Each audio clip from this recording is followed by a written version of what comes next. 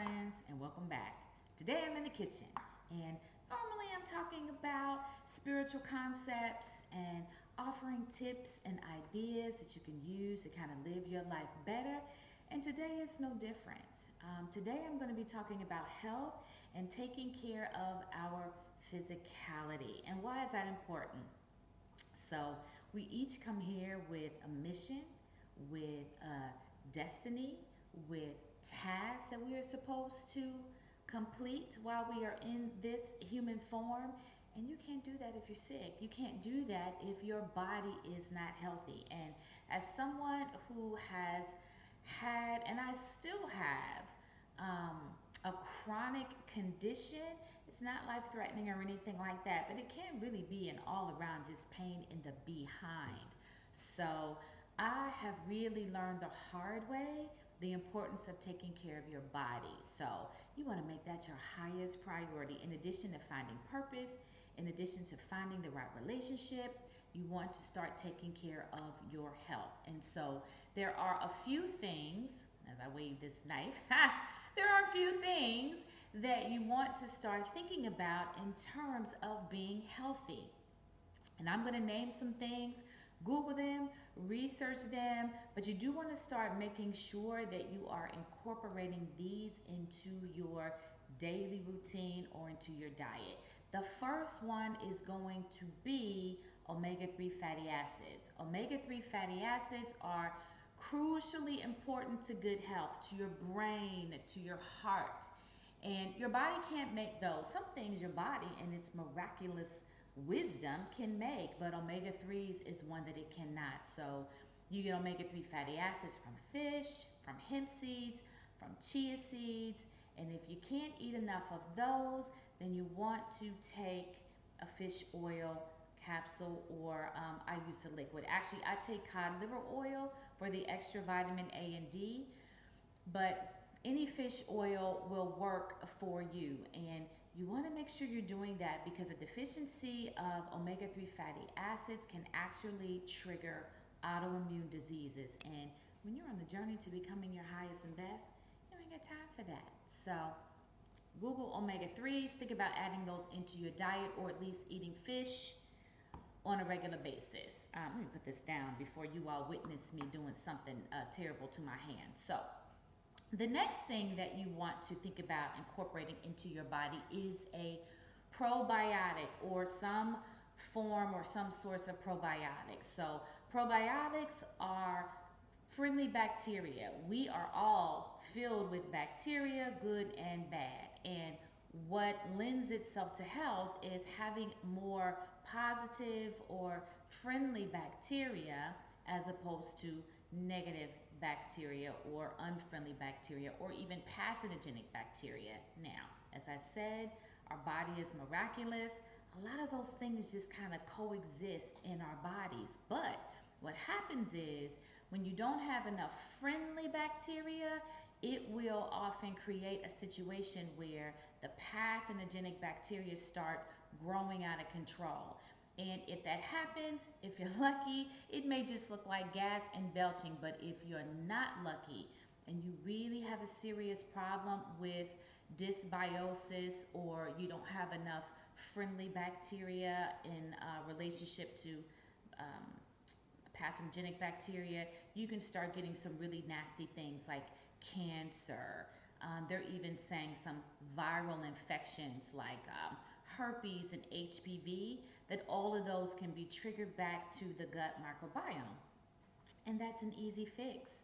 If you don't want to take a probiotic, just eat yogurt, just drink kimchi, or make sure that you're incorporating sauerkraut in your diet on a regular basis, even some form of pickles. Now, most of them are commercialized, so you may have to look for some that are naturally fermented, but they're out there. So you got omega 3s, you got probiotics.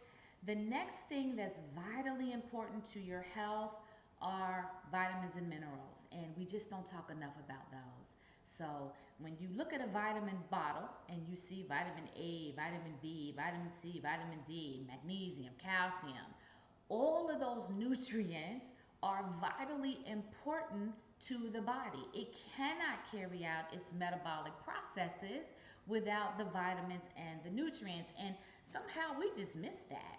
Like nobody's talking about the fact that if you don't have vitamin A, if you get severely deficient in vitamin A, you can go blind. People aren't talking about how vitamin D is the powerhouse for the immune system. So we're in the age of COVID and RSV and flu and all these other things.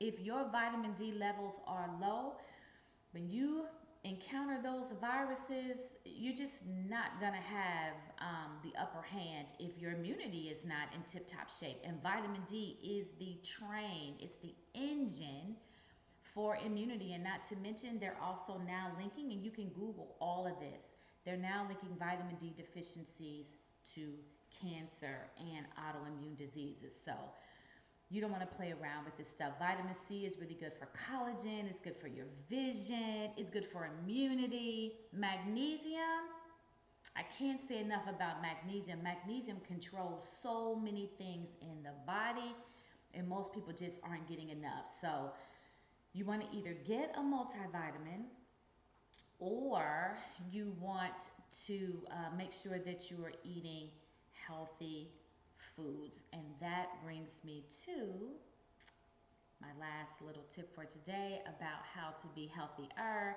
and that is getting enough fruits and vegetables and eating raw foods. So we just haven't been doing that. Everything we eat comes out of a box. We cook it to death. So I personally challenge myself to start eating more raw foods, salads, cucumbers, tomatoes. Sometimes for a snack, I'll just cut up cucumbers and tomatoes and put a little Parmesan or feta cheese on that and season that up with a little salt and pepper and a little bit of Italian seasoning, and I can go to town on that. We aren't getting enough fruits and vegetables, and these are light for the body. You know, I talk a lot about law of attraction and vibration. Dead foods have very little energy, very little sustenance. And when I'm talking about dead foods, I'm talking about even cooked foods, especially overly cooked foods. Steamed vegetables are better than vegetables that have been boiled to mush. Things that come out of a box, highly processed foods, those things are low energy. So that's just how we live nowadays. I'm not going to say don't eat that. I mean, if you're strong enough, I'm definitely not. I'm not a raw foods person, but I know that there is wisdom in eating as many of those as we can. So a lot of people go raw. If you can do that, I mean, man, this is light. This is high vibration going into your body on a regular basis. So if you can go raw, go raw. But if you can't, don't feel defeated. Just try to do the best that you can, which is what I do. So today I have a papaya. Now, this is my first time. Scoot back just a tad so you can see that. This is my first time having a raw papaya and cutting a raw papaya, because I typically just get it frozen. And fresh is always better than frozen, but frozen is better than nothing at all. So, like I said, just do it by degree. You may not have the time, the energy, the willpower, the desire to go cold turkey and eat all raw. Just do the best you can. That is okay. So, I saw on YouTube, and if I can remember her video, I'll go back and find it. I'll link it in the description. That you can actually use a glass to get the meat out of the papaya. So I am going to try to do that, and I'm going to ask you to bear with me because I've never done this before. We're going to see how this goes. So when I watched her, of course you want to have a really sharp knife, and that's one thing they said don't do, is there's a pit inside of here, and you want to cut around the pit, and I keep hitting it. So yeah,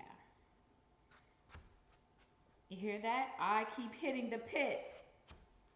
Ooh, this is all the way through here, so I'm not gonna be able to use the glass, I don't think. Look at that, man, that pit is all the way through this papaya. I'm not gonna be able to use the glass. So hey, we're just gonna we're just gonna wing it and keep going and cut it, and then cut the peeling away. So I'm just going to demonstrate this concept because I thought it was really interesting. It's not going to work with this papaya because it looks like the pit is pretty much all the way through, and because this is my first time, I didn't hit it in the right spot, so that's all right. Here's what they said, or what she said to do. You're going to have a big piece of papaya, and you're going to take this piece of papaya, instead of trying to scoop all this out and possibly cut your hands, the concept was to, yeah, that's not going to work for me, but the concept was to take this glass, my piece isn't big enough, and take the edge, or either it's not ripe enough, and kind of scoop it out. So that's going to be a bust for me today if this whole papaya is not going to be a bust. I don't think it's as ripe as it probably could be. So I tell you what I'm going to do. She also gave a plan B. Hang on just a second. She said use a handy dandy potato peeler. So yeah, that is going to work better for me today on my novice papaya adventure. So what I'm going to do is continue to peel this papaya, and I'm going to cut this up. See how that peeling's just coming right off? This was a smarter deal. And then I can just cut the flesh away from around the pit. Yeah, I'm not going to be deterred in my quest for raw papaya because I know that this is light energy for my body. So I hope that helps you today. I'm sorry that my little experiment with the glass and using this to get the flesh out of the papaya didn't work, but I'm going to finish just peeling it with the peeler, and then I'll cut around the peel, and then I'm going to use that either diced up over a salad. I may throw it into a smoothie.